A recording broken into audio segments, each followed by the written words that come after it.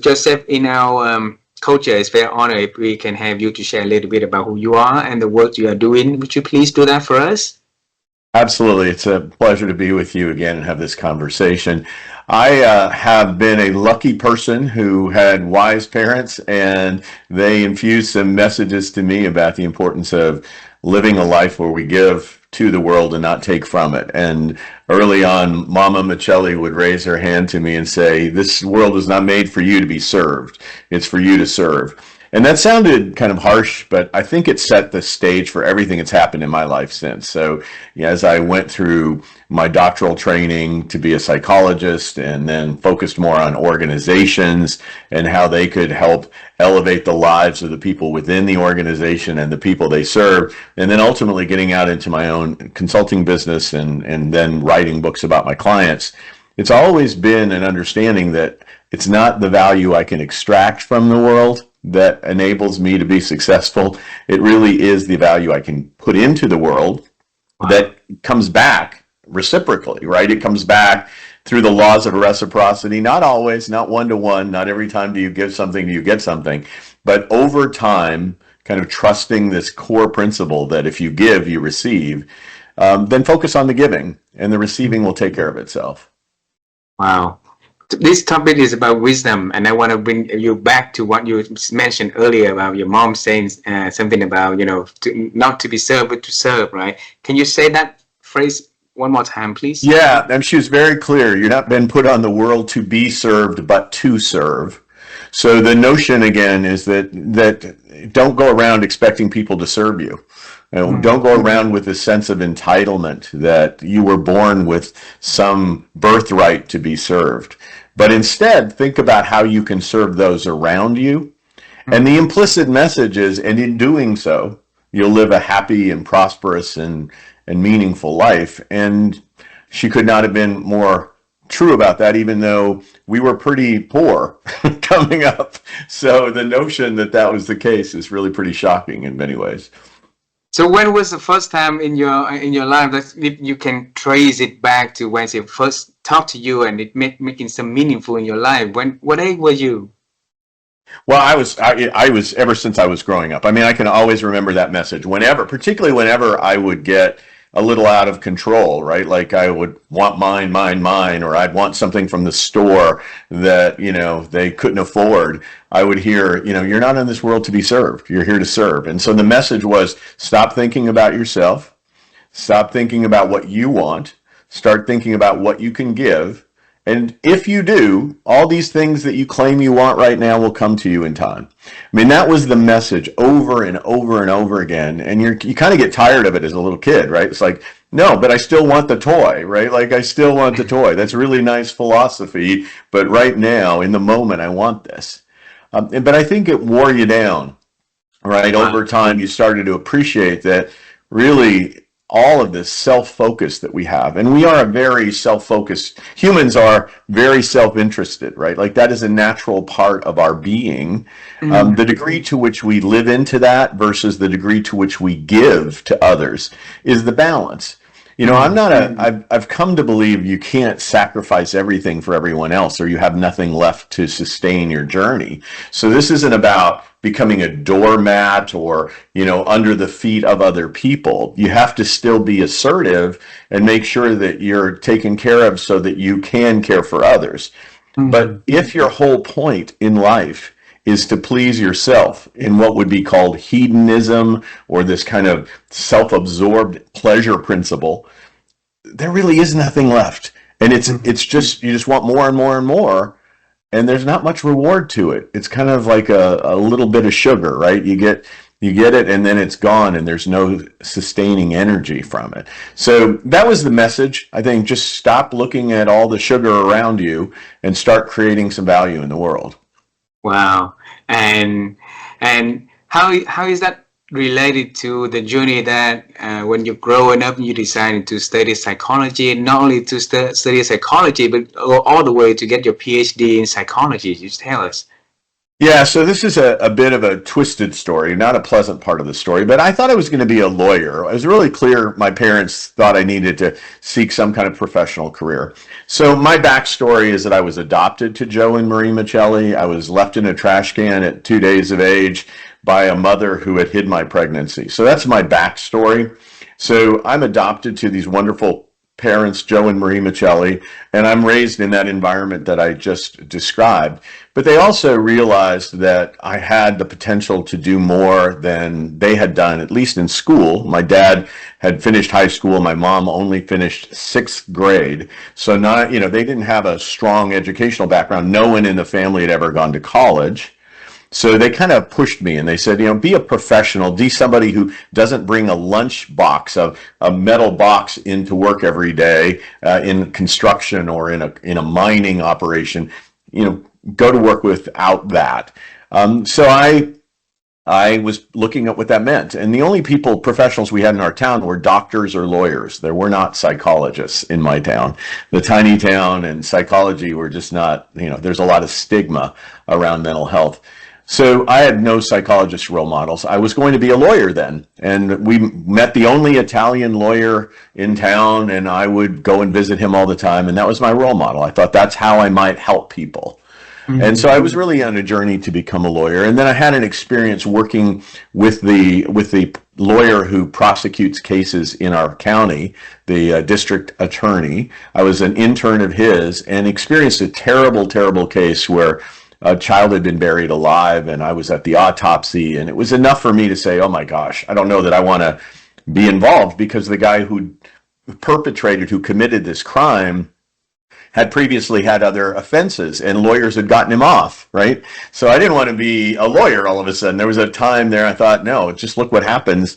But I did meet some psychologists then, because this particular guy said he wasn't responsible for the death of the child because he was mentally ill. And so the psychologists were evaluating him. I met the psychologist. I thought, well, this would be a great way to help people not do the next bad act, right? Like help them before they progress. And so I became very interested in psychology, got my degree in psychology. But as I was doing it, I started to realize that a lot of psychologists are much like lawyers. We enter the lives of people after they have problems. We don't help them prevent those problems. So bottom line is I developed a change in my career path in psychology where I could help organizations, not individuals after the fact, but organizations who were trying to make positive change moving forward. And that's really been the journey for me. And in that, always, I remembered this isn't about me. This is about those I serve. Wow. So I want to bring you to that moment that you're making the twist, moving from, a personal psychologist to become an organizational psychologist and help organization to make, impactful change. So what happened in your thinking back then? How did you find a twist to move from one direction into the next direction, and that really paved the beautiful journey for you later on? So fortunately, I had a breadth of experience in graduate school. My doctoral degree, I'd worked on family systems and organizational systems, as well as a clinical psychology degree. But when I was out doing clinical psychology for a hospital, and I was working with people over and over again, and it was amazing. I'd be working with someone on a cancer unit. They're in the hospital for cancer, and I would be called up to the unit because they were in the stairwell outside smoking a cigarette. Right. And you kept doing this over and over again. You go, boy, this is I don't know how helpful I'm being, right? Like they're dying of cancer. They're smoking cigarettes outside and they want me to come and try to help them. Someone on the team wants me to come and try to get this person to stop smoking. But I was also working with hospital administration at the time, and we were looking at how could we serve at a larger scale more effectively and improve the satisfaction scores of all of the patients in the building. So at that moment, I thought, well, I'm going to have greater impact, I think, if I focus at scale on how to drive positive experiences for all the patients, as opposed to being sent in on missions that were probably not very likely for success. And so that's kind of where I remember making that change, just that awareness that I could scale a solution that I think I'd be more effective at than continue to maintain course on a smaller solution that had minimal likelihood of success. So I reckon that you were young back then, ambitious to make change, and you saw the opportunity that you can make change at a different approach, at scale instead of individual to individual, right? So that idea seems to be scary for a lot of people, but for that young Joseph back then, it wasn't scared. So with that idea, what did you do? Who did you talk to take you into a journey of helping, organization to make change? Well, I think there's two levels to that. First off, I think everyone wants to wake up and make the world better. Some people have lost their belief that they can. Some of them are too scared. I think your point's well taken. Too scared to actually step into what it would take to make the impact of their lives.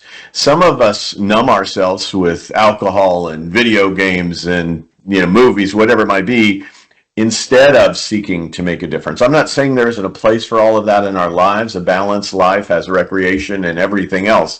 But there are some people who are lost in just consuming the world, not creating a world. I don't think I had anyone to talk to. I don't remember going to anyone and saying, hey, I'm scared about making this pivot. Help talk me through it. I just think I was blessed with the message. I didn't have a choice.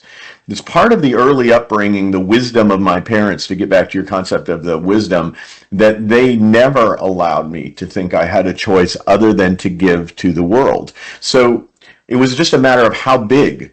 Was it going to be continually on the individual patient level, or was it going to be on the hospital system level?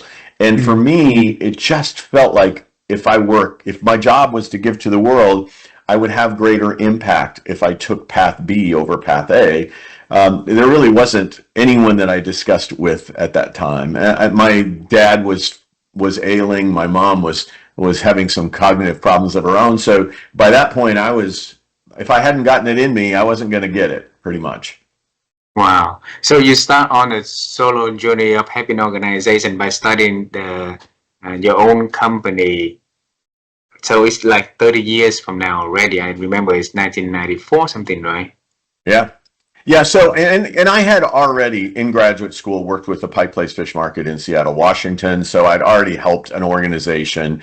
I knew I could do that, and it just so happened that organization became increasingly popular and started to get a lot of publicity around a book that was written by someone else, a video that is created by somebody else. And then I went back in with the owner of that market. We wrote a book about his business and the source of how they got to where they were going. And just to make this point, the early book was fabulously written and incredibly engaging. It's called Fish. But it would say things like, have fun, make your day, make their day, choose your attitude. All of them are really good principles, but when I got with the owner who I'd worked with, he was saying having fun isn't the source material. That's not wisdom. Wisdom isn't to go out and have fun. What is wisdom is to say, do something purposeful, do something with meaning, do something that will have impact. And oh, by the way, if you do, you'll have fun. So his point was the book was fabulous and amazing, but it was often selling the output, not the source of the wisdom that leads to having fun.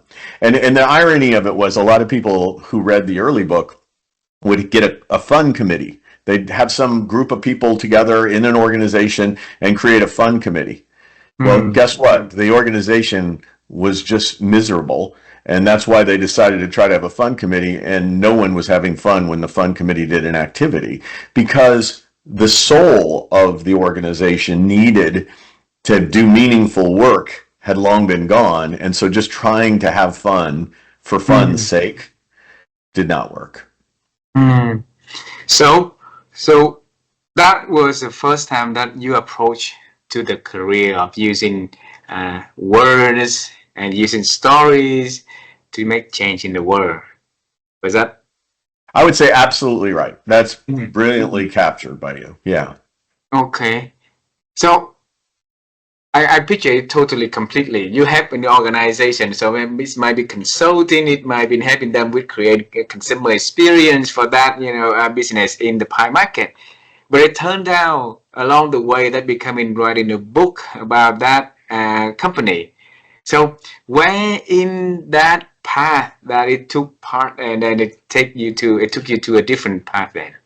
Well, it was certainly wonderful to join the parade of success of the books about the Pike Place Fish Market. I joined a parade, right? I didn't try to start a parade, but that wasn't enough, really. It wasn't until that parade got the attention of Starbucks, and I was able to go in and then work with Howard Schultz and the team at Starbucks on their experience, and then tell their story. And then it was like wildfire at that point where I came out of the Starbucks world, and having done the book Starbucks Experience, suddenly everything was available, including working for brands like the Ritz-Carlton and Mercedes-Benz and Zappos. And it is amazing how once you get on a certain path, then a lot of doors open. But until you step onto that path, it's hard to get anything to open up. So it's figuring out which is the path that probably suits you most. And I think one of the points you made in your wisdom in this is that I think once you are aware of who you are and what your possibilities are, if you have the courage to honor who you are and you hunger enough for the impact, then it tends to work out. Oh, wow. Thanks for that beautiful and powerful advice. Along the way, since the beginning of you sharing the stories, I never heard anything about your the purpose, in writing, or your dreams of writing, or anything, right? So where did that seed come from in your life? How did it start? Well, first and foremost, I don't consider myself a writer. I've now written 14 business books. I've been blessed with a New York Times #1 bestseller. We've had plenty of best-selling books. So some people would call me a writer, right? I still don't. I don't feel like it's a burning need of mine. You know, Henry Thoreau, he would need to write every day or he would feel unfulfilled. That is not me. I write to communicate what I see. And I love also to talk about what I see in the world and share stories of greatness.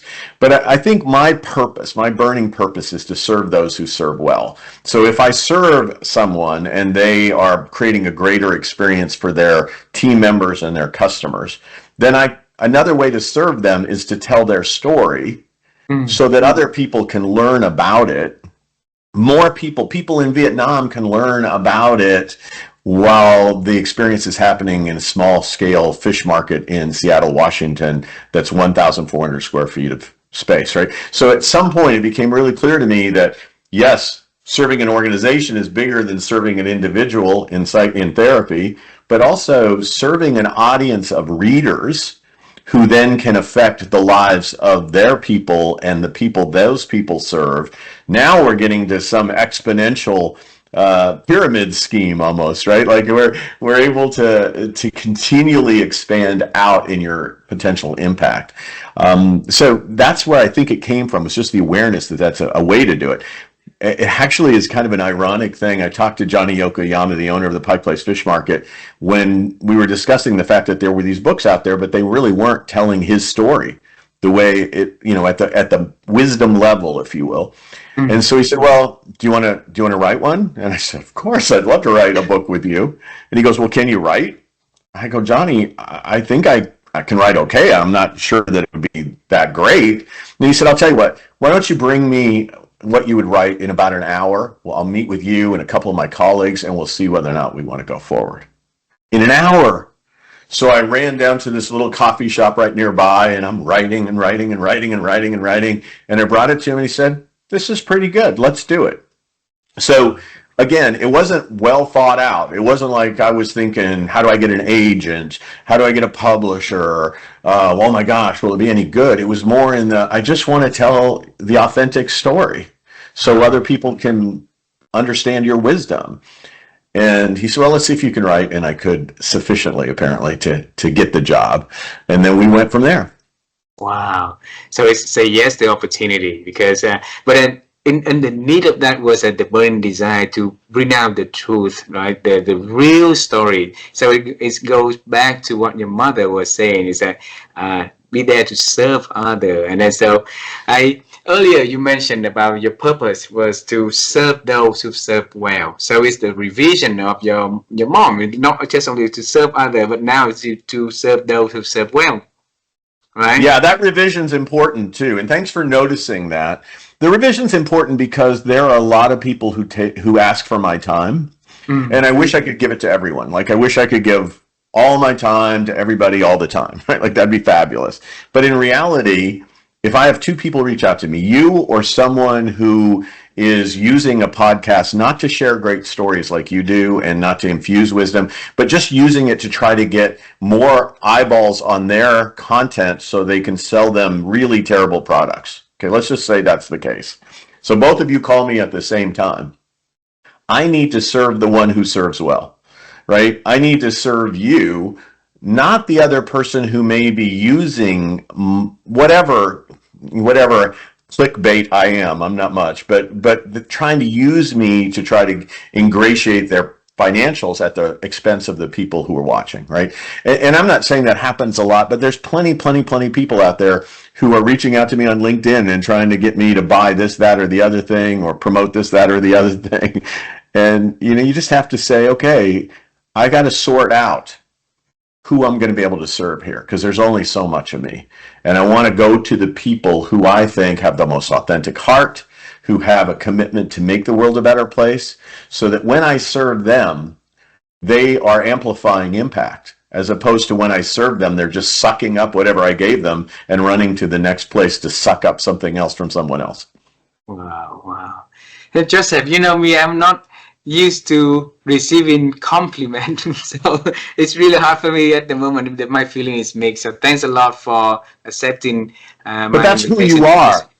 It really is who you are. The whole point of doing a series on something like this, like wisdom, is because you authentically think the world needs to understand this concept so people live lives of purpose. Otherwise, they're going to die feeling as though they haven't accomplished much. They're going to be anxious and longing and empty and scared and live very narrow, sheltered in lives. Wisdom enables us to carry what others learned before us, that have been taught to us, and live into it so we can also pass it on to our next generation, so that our generation looks back at our legacy and says, the same way that you would look back at, say, your grandparents' legacy or people in your lives' legacy, who you go, wow, that was an impressive group of people who did really great things with humility. Wow, wouldn't it be great if that was said of us too? Not that we do it for that reason, but if we do the right things, that will be the thing that will be said. Wonderful. Thank you for saying that. Yes, it hurts for inside of me every time I see that wisdom is being disconnected from one generation to the next generations, and then that desperation, it seems to be that bridge is becoming get wider and wider, and we want to do something to make to bridge that gap and to bring the generations together, to share ideas, to share insights, to share wisdom, because that's how we can make the world a better place, right?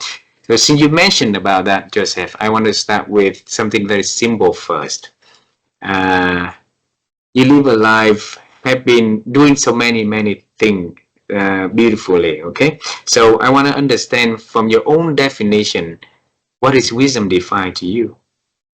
I think it's eternal truths that people put into action and are proven in the action. So let me kind of give you that. So knowledge is information that is put into action. If you won't put it into action, you actually make knowledge come alive, right? But wisdom to me is transcendent of just the temporal knowledge that we have. Like, I can know that this is a microphone, right? But there's no wisdom in knowing that. Wisdom is that when I speak into this microphone, I can speak things that hurt people or help people. It doesn't take any more effort for me to say something that's helpful than it is to say something that's hurtful. It may take some discipline not to just say things that are hurtful just because it'll get attention. My mama used to say, fools' names and fools' faces end up in public places. And the point being, people write graffiti with their name on walls and things like that. The real message is you need to not try to get that kind of attention. The attention that is just kind of controversial and wild and extreme. And it's not to say that people aren't successful, particularly in social media, taking that approach. But wisdom would say that's not the way to live a life. You're not going to really feel all that great about yourself. You're going to draw a lot of challenges across your lifetime. For every dollar you make in that way, you're probably selling a part of your soul away, right? So to me, wisdom is that knowledge that has truth that transcends place and time. If applied, it makes the world a better place. Wow. So not only to apply, but apply to make the world a better place, right? So absolutely. Yes. And then it still start with the knowledge. So the basic lies the knowledge, and how we're going to be able to transcend that knowledge into something internal truth for ourselves, and repeatedly apply it so that we can create something valuable for the people around us, for the world around us, right? So knowledge now, Joseph, is abundant at the same time. Because of that abundance, it becoming so many choices out there, and it's become a mess also. So it's hard for us to qualify what kind of information is worth the time. Like you say earlier, between the two podcasters, right? And one come in, and then you have to decide, which to select with the time. So knowledge is the same. What can I do to make sure that I select the right kind of information to put into my brain, into my soul, into my heart, and then before it to be, internalize it and transcend into something that meaningful? Well, first and foremost, I think that you're right. The doubling time of knowledge is unbelievable. I mean, people are talking about it in less than a day. We're doubling all the knowledge in the universe. I mean, and there was the doubling time is just shortened and shortened and shortened. And so there's so much information, if you will, out there that we could know. And we don't know much relative to what all is knowable, right? Each of us as individuals know very little relative to all that is knowable. That's terrible. That's scary. That's daunting, right? So now we get to consume little bits of all that knowledge. We every day wake up and make choices about what we consume of all that knowledge. I think we know internally whether what we're consuming is constructive and helpful, or what we're consuming is destructive and unhelpful. And that's the same with eating. I mean, let's just say consumption instead of knowledge is food. We know when we're eating high calorie, low nutrient dense foods, right? We know it. Sometimes we choose to do it because we really want to, but we know. And I think the same is true with knowledge. Now, some people have become so numbed to a point of view that they just accept knowledge handed to them by somebody because of the person who hands it to them. I live in a country where half of the people, if one person says it's true, all these people follow and say, yes, it's true. And then the other half will likely believe it if somebody else says the opposite is true, right? So sometimes we take these shortcuts and give all of our discretion about wisdom away. We just say, this is a wise person, we're going to take everything they say. Real health here is to evaluate every single thing against your own internal sense of right or wrong. Not taking a shortcut and letting someone else decide that for you. There are people who I admire, who influence me more than other people, but even when they speak, I question whether or not, is this healthy to consume? Will this make me a better person? Will taking what they said make the world a better place? I don't always know, but I know enough of the time. And if I don't know, if it's something I'm not sure of, then I just say, okay, either need to research it more, or I'm going to pass on this and focus on something I can know. Wow. You mentioned one thing in here is very important, because we each, like you mentioned, like you say, we know what's right, what's wrong internally for us, right? But then why did we throw away all of that wisdom that we have over the years, just following somebody that's saying, "Hey, this is the right way," and without even having any question, any doubts, or any judgment before we make, we totally believe and give in to that idea. It's so much easier, and there's so much to deal with, right? Like there's if I know that you're my guru, my mentor, right? Like you're my guru, my mentor. Whenever you speak, you save me from thinking about so much, right? Everything you're speaking of, you've already theoretically processed on my behalf. And all I need to do is just regurgitate it and say, thank you. I don't have to deal with those decisions, right? But if I say, okay, he's a very wise man, I like most of what he says, I'm going to assume it to be true, but I'm going to challenge it. It takes a little more energy. If I don't have anyone out there and everything that's coming at me is on my own, that's kind of frightening because there's just so much coming at me. And is this even important? And should I care? It's really a challenge. So curating content for people, I think, is helpful. But as we consume the content from the people we trust to curate it for us, I think it still comes down to putting the energy out. Because if we don't, we are just following other people's wisdom, and they can lead us astray. They may have started in a wise place, right? But at some point, they cross that line, and we just go with them. I read the book. I have it here, called "The Intelligent Trap" by David Robson. Okay. Mm-hmm.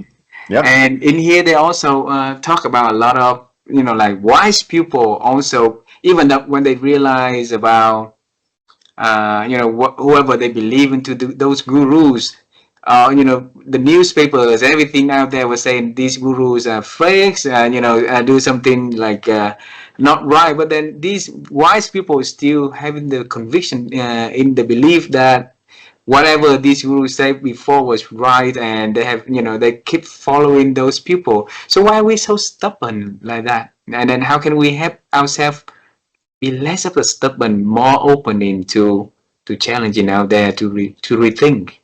Let's assume you lead me into a forest.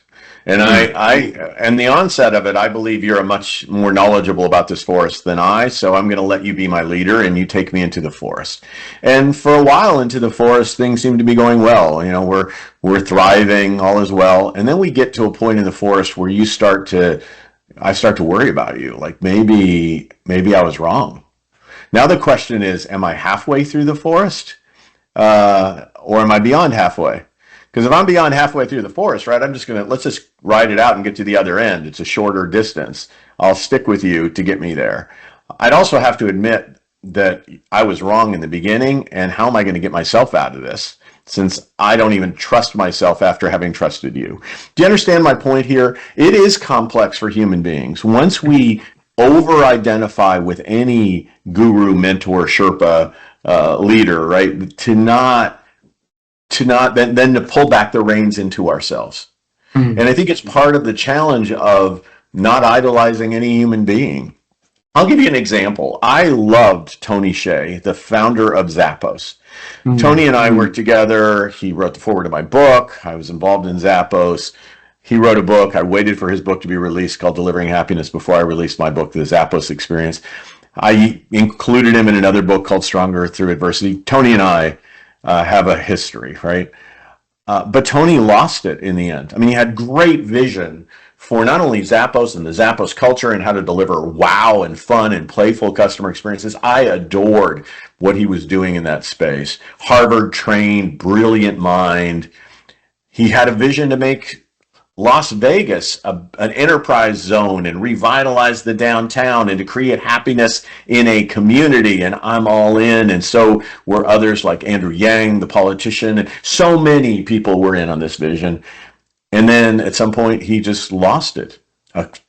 Selling a business for $1 billion can do that to you, I think. Starts to change you. You start to isolate, you start using drugs, you start hanging out with stars and celebrities.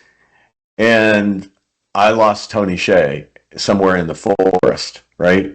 He and I had to part ways. And then a few months later, he's dead of, a drug-related incident. The musician Jewel tried to talk him out of it too when she was in the forest with him and lost him, if you will. And so I think that the point here, it's natural for us to look for people that we really connect with and we find value in what they do, but they're people. They're people, and we're people too, and we need to use our judgment as we take ourselves through that journey, relying on them for some guidance, but evaluating where we put our feet. So also that we need to make sure that we know how to get back onto outside of the forest, right? Otherwise, otherwise we got into so deep into the forest, and we lost the way to get out, and because of that, then we be reliant on that, whoever that leading us there even more, and it's lost. So what can I do to build that map for me, so that regardless, I'm not going to be lost. Yeah, I like to start. I like to start backwards. Like, when my life is over, what do I hope people will say about the lasting impact I had? What do I hope? And I think for me, it's that he served those who served well. Like, that's what I want. He served those who served well. That is the lasting destination. So now I read something, and I say, does what I read help me be the person who served those who served well? Or does it not? Is it full of hateful stuff? Is it self-serving? Is it not, is it temporary? I mean, I'm just reading it. I'm saying, does this fit me? Okay, if it does, let's move forward. Let's look for other things that do it. It doesn't, probably not going to hang out there much. I don't hang out a lot on social media channels. LinkedIn is an exception. I definitely communicate on the other channels because there are audiences that I hope to touch through that, but I don't engage people much, and I certainly don't read a lot of content, because certainly on some platforms like X, for example, you'll see just lots of controversial information and back and forth and divisiveness, and that stuff does not help me serve those who serve well, right? Reading that is just not a good use of my time.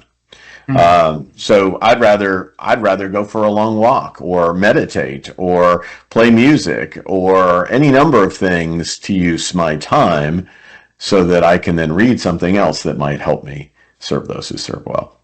Spending time with you helps me serve well.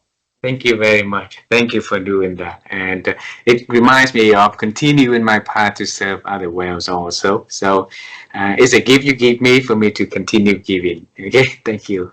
So excellent. We talk about the knowledge. We talk about internalize it and make it becoming the truth, right? But the transcendent part, we haven't touched on that one yet. And it's really hard to understand how making knowledge and transcend it into something that can be internalized as something truthful for ourselves. So help us to understand that part, Joseph. Well, I think first two things. One is you have to take action behind it, right? Part of transcending requires some assent, right? And that assent isn't just in intellectual ways, unless you're Buddha or somebody like that, where the transcendence can be really at a consciousness level. For most of us, that transcendence is in the actions we take. We transcend being just a bag of bones, right, into something that makes, creates, inspires, lifts up, elevates people. I mean, that's what it is. It's in the action. And then I think the other piece of it is inculcating it in the generations that come to follow. Really taking an ownership stake on being a mentor in your parenting, sharing the things that you know to be wise. The things that my parents did to me, heaven forbid I did to my kids, right? Like, they were subject to that. Maybe not as effectively in some cases. They had a lot more choices, and I made plenty of mistakes. But my point being, I am on a mission to share that with my kids and my grandkids, but I'm also on a mission to share it with the next generation. So, for example, I was blessed to have an opportunity to launch a master's degree program in customer experience here in the United States. There was only one other program available, and it was for a different audience, and I wanted to make a contribution to my career field of customer experience which has a wonderful association, the Customer Experience Professional Association, but it doesn't have a lot of academic elements to the career field. So I wanted to take the best of our profession from our professional association and develop core curriculum that someone could walk out with a master's degree, present it in their job and say, not only do I have work experience, but I have an academic foundation for this knowledge base. I know how to journey map. I know how to create, personas, all of that, because I was trained. Mm-hmm. So for me, that's how you transcend. Like, the Master's of Science degree at Campbellsville University is my transcendence from being a guy who barely understood what I was getting into a field, to now transcending so that others will have an academic path in the field. Wow. And it's not going to be fair. We're not talking about your book, your newest one that's coming in May. Okay, so I want to spend the rest of the time here to talk about that, because it's a transcendence for other people to look into those stories that you wrote in there, to help them. And a note in here is to human-centered and tech power approach to change organization. So tell us, what makes you to write that book? So I had written a book about UCLA Health Systems years ago. The CEO of that company was David Feinberg, a physician. His COO was Amir Dan Rubin. Amir then went on to be the CEO of Stanford Medical Center at Stanford University. And then after that, he went on to a startup tech company called One Medical. So Amir Dan Rubin is the CEO of One Medical. He calls me and says, Joseph, I'm just got my feet on the ground here. Can we start working on the customer experience? Because we're all about being customer centric. And we also are very technology forward. We're based out of the Silicon Valley here near San Francisco. And we have a lot of technologists we've hired. We're building our own medical record. We're building our own app so that people can schedule their appointments on the app and not have to call in to make appointments. We're doing virtual appointments long before the pandemic. And we're trying all of this technology interface to make the experience of going and seeing your doctor much better and easier.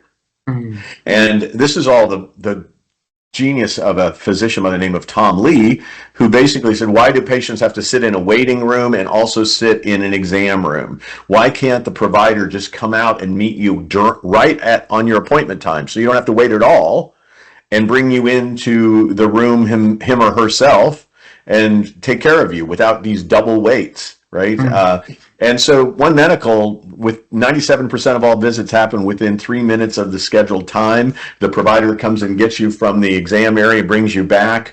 They take care of you. They give you ample time. All of the information is transcribed using AI, assuming you give permission to do so that the clinician doesn't have to pay attention to writing everything down. That's being acquired by the AI, and the notes can be cleaned up in the follow-up.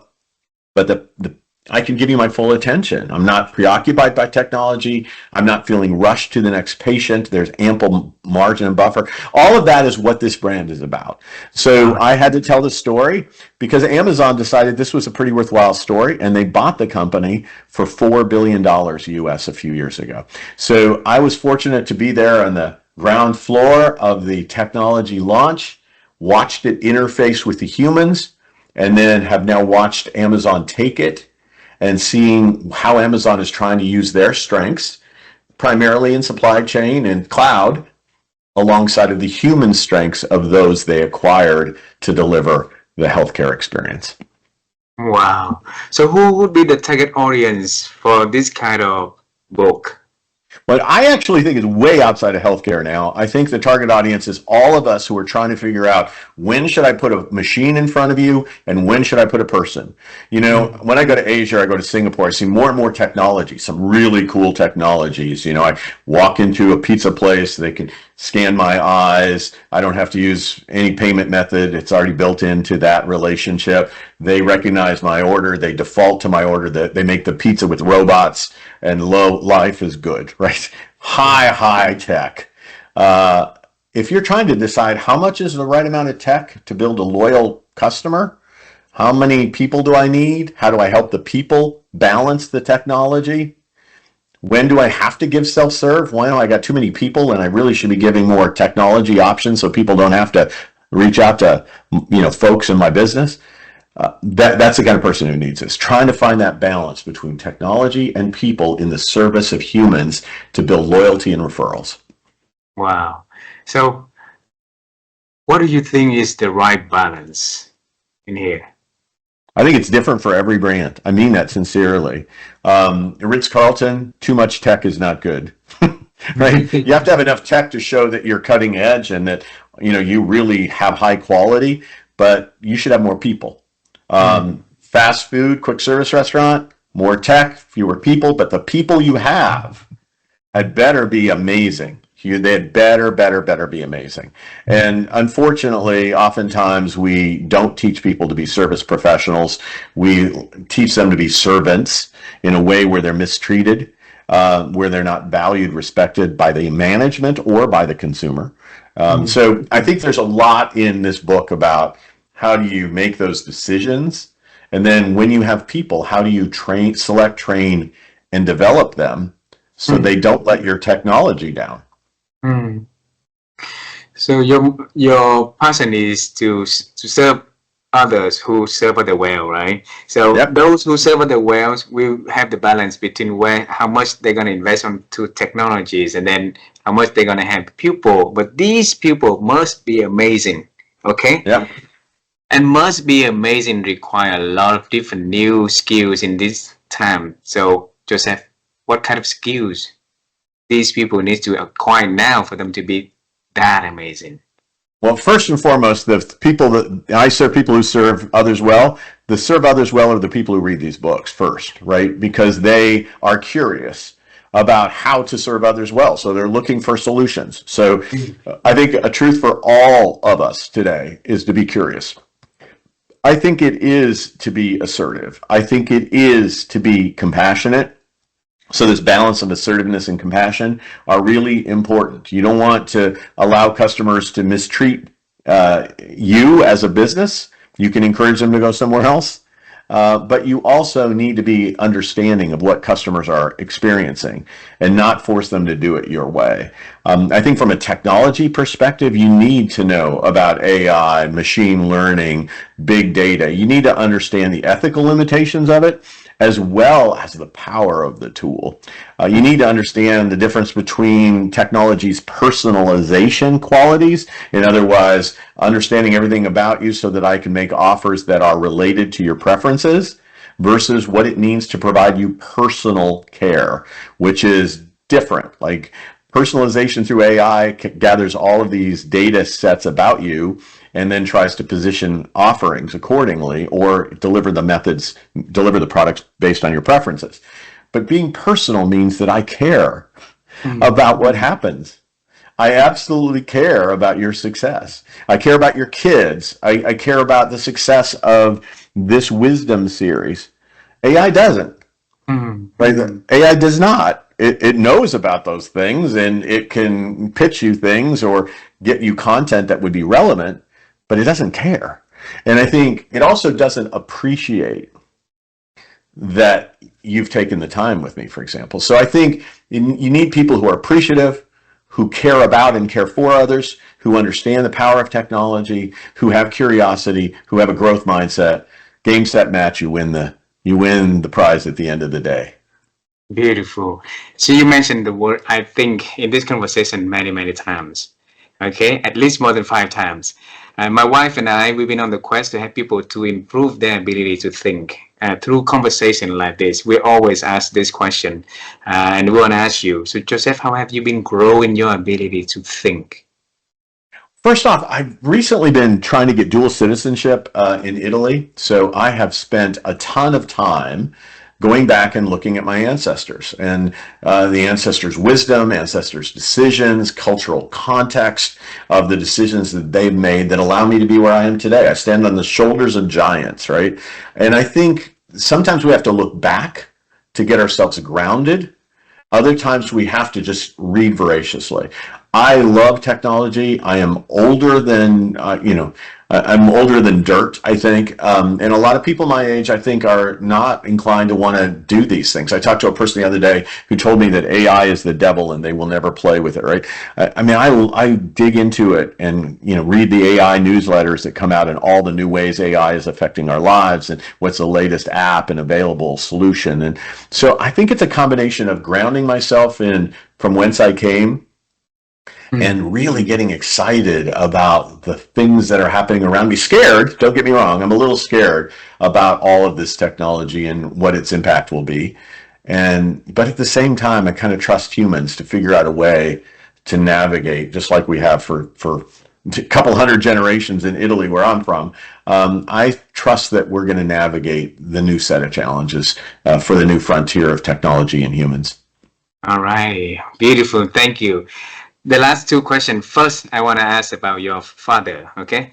And because you mentioned the word wisdom from your mom, but it's not fair if you're not going to mention about a word wisdom from him. So if you can think of one thing that he said that really, really wise, or stick with you until now, what was that? Yeah, well, my dad had even more influence than my mom, so there's a million of them, right? But I think Yes. probably the most important one is that every decision you make, no matter how much you think, you can hide from those decisions. Those decisions appear in your mirror every day. And I think for me, integrity is what you do when no one else is around. And I think for my father, it was you can't hide from your choices. And I think there are a lot of people who try to, who live lives where they don't show the fullness of who they are. So it was helpful for my dad to realize there's no hiding and never do anything you don't want to see in the newspaper or on the evening news. Because though you think you're smart enough to get around it, it still lives in you. Beautiful. The last question, travel time with me one more time, okay? It seems like you have another meeting, right? So I want to keep it quick. If you travel time with me and meeting the young little kid, Joseph, and then you tell him about the future journey that he's going to have, what is the one thing that you're going to tell him? Don't be as scared about the future. The future will be wonderfully beautiful. I would really want, because I think when you're really young, you just don't know how you're going to navigate all of this stuff. And I think I probably had some of those fears early on. But more importantly, just enjoy it more and give yourself a little more time to savor and a little less time to reach. So I wish I'd have taken a few of those more moments along the way. And I'd like to have him think about that so that he doesn't just rush past some of the most beautiful moments of his life. Wow. I think this is one of the most beautiful interview that I've been having, Joseph. Thanks a lot for first saying yes to my invitation and join and share so many beautiful wisdom in here. And I look forward to one day that we've been seeing each other in person. And that day, when it comes, it's going to be very, very beautiful. Thank you It's very going much. to happen either when you're coming over my way or when I'm in Vietnam. We're going to make this happen. And thank you and your wife for all you do to really add joy and thoughtfulness to the world in which we live. I think your grandparents would be really proud. Your parents should be really proud of the wisdom you're imparting on the world. Thank you very much. Thank you very much. And thanks for helping us to make it happen also, Joseph. Okay. You have a wonderful day and let's talk again in the future soon. Okay. Absolutely.